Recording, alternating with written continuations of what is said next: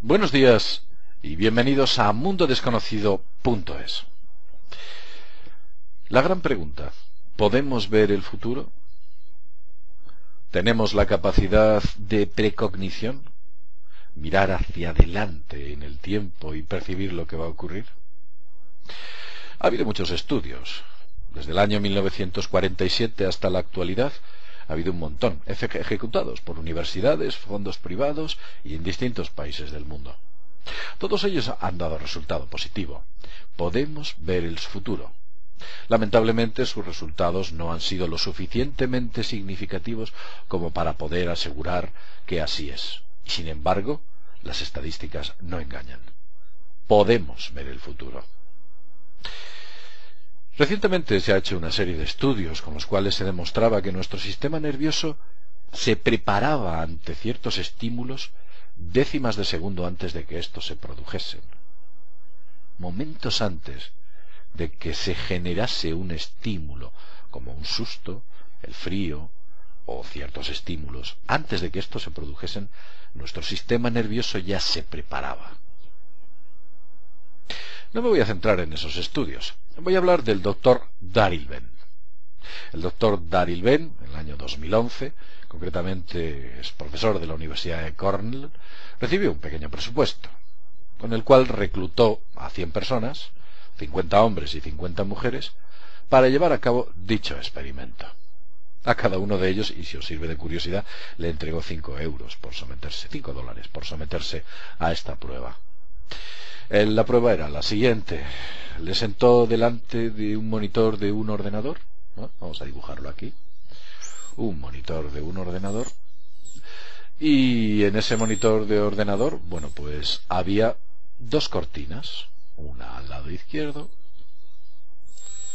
y otra al lado derecho. ¿De acuerdo? Y otra al lado derecho. El individuo sometido al ensayo tenía que averiguar si la imagen, una de esas imágenes, estaba en el lado izquierdo o en el lado derecho. Aleatoriamente, aquí podía aparecer una pared en blanco y la imagen en este sitio, o aquí una pared en blanco y la imagen en el lado izquierdo. Cuando la persona seleccionaba el sitio en el que pensaba que podía aparecer una imagen, bueno, pues se corría la cortina y efectivamente se comprobaba si había o no una imagen.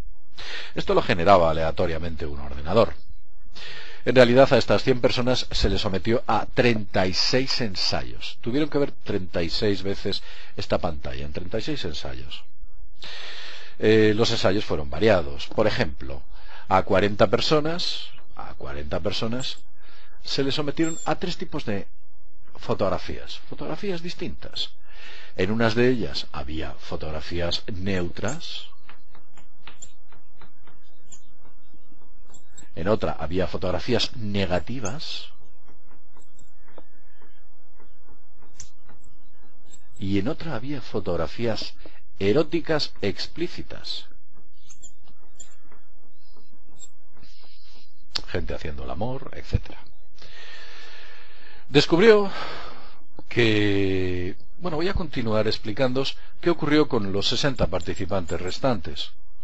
Aquí le sometió a 12 ensayos y 12 ensayos en los que había de estas distintas fotografías, a un lado o a otro. A las 60 personas restantes las sometió a 18 fotografías eróticas y a 18 fotografías positivas. Algunos de vosotros os estaréis preguntando qué eran las fotografías positivas. Bueno, pues en total todas estas fotografías se sacaron de una base de datos de 850 fotografías muy variadas, entre las que podían considerarse positivas, por ejemplo, pues un matrimonio besándose, un cumpleaños, una fiesta, porque tengáis una referencia a qué me refiero. Las eróticas, tanto las que aquí aparecieron como las que aquí aparecieron, eran fotografías explícitas de una pareja haciendo el amor, etcétera. Bien, las fotografías se encontraban escondidas detrás de esta cortina. El participante, como ya he dicho, decía si apretaba un botón u otro, y donde creía que estaba. Entonces se levantaba la cortina y la computadora pues hacía un cálculo estadístico de los aciertos que esa persona tenía. Os cuento, porque los datos son curiosos.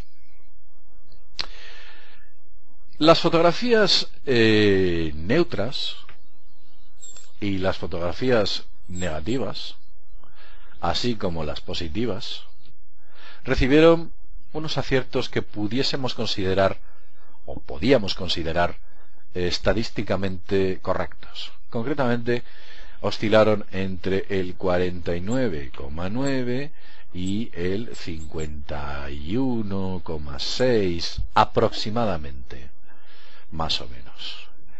Pero, ¿qué es lo que ocurrió con las fotografías eróticas? Muy bien.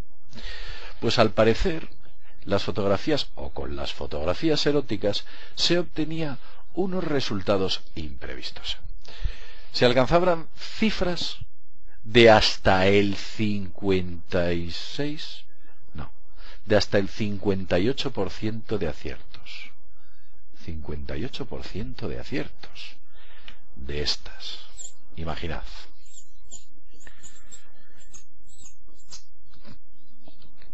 ¿Qué ocurre? ¿Por qué un 58% de capacidad de predecir el futuro en fotografías eróticas? Bueno, pues porque las fotografías eróticas resultaban estimulantes.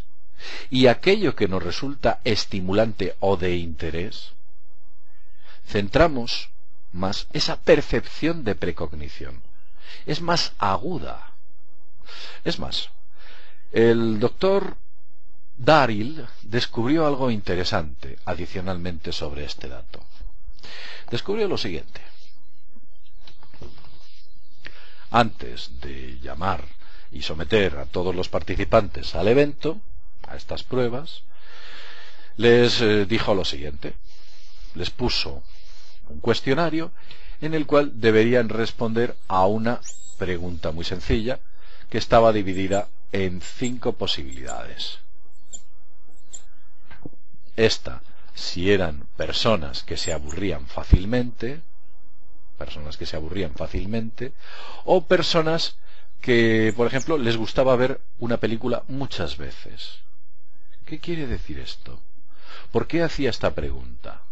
Que numeraba de 1 a 5. Porque intentaba buscar a las personas extrovertidas.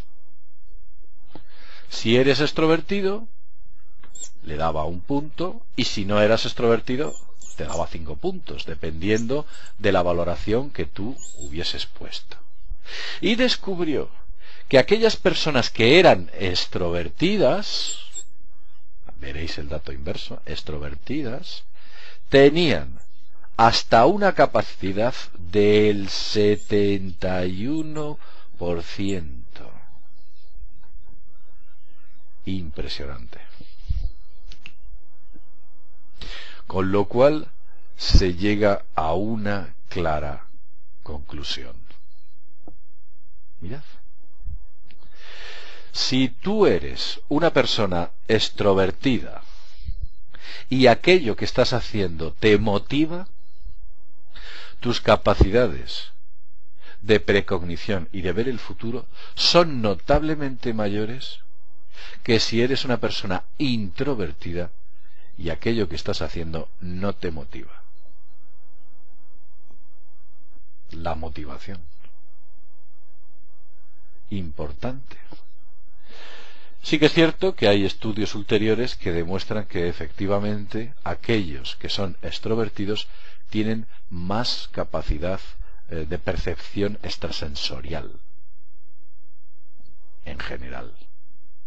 Así que si eres una persona introvertida, te animo a que dejes de serlo.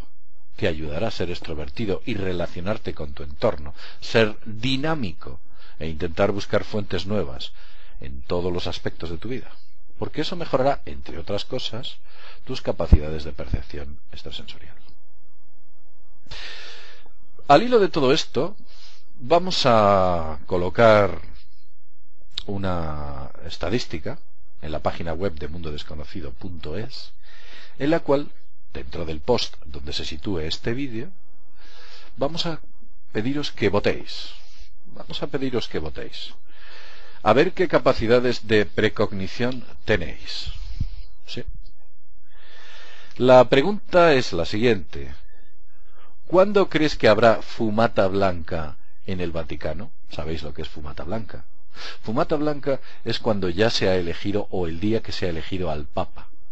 Todos los días que saquen fumata negra, a través de una chimenea que hay situada en el Vaticano, en una de sus estancias, esa fumata indica si ha habido acuerdo y tenemos Papa, o si no ha habido acuerdo y no hay Papa elegido todavía.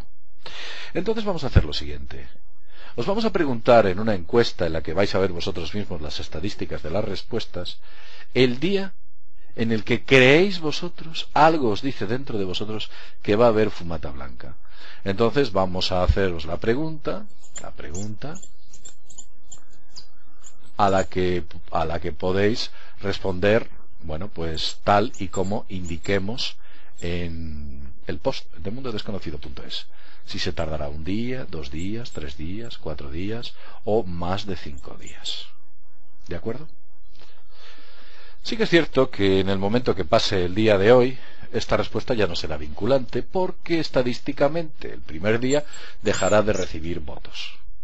No obstante, vamos a contabilizar los resultados obtenidos hasta el momento en el cual el cónclave nos indique si ha habido fumata negra o fumata blanca.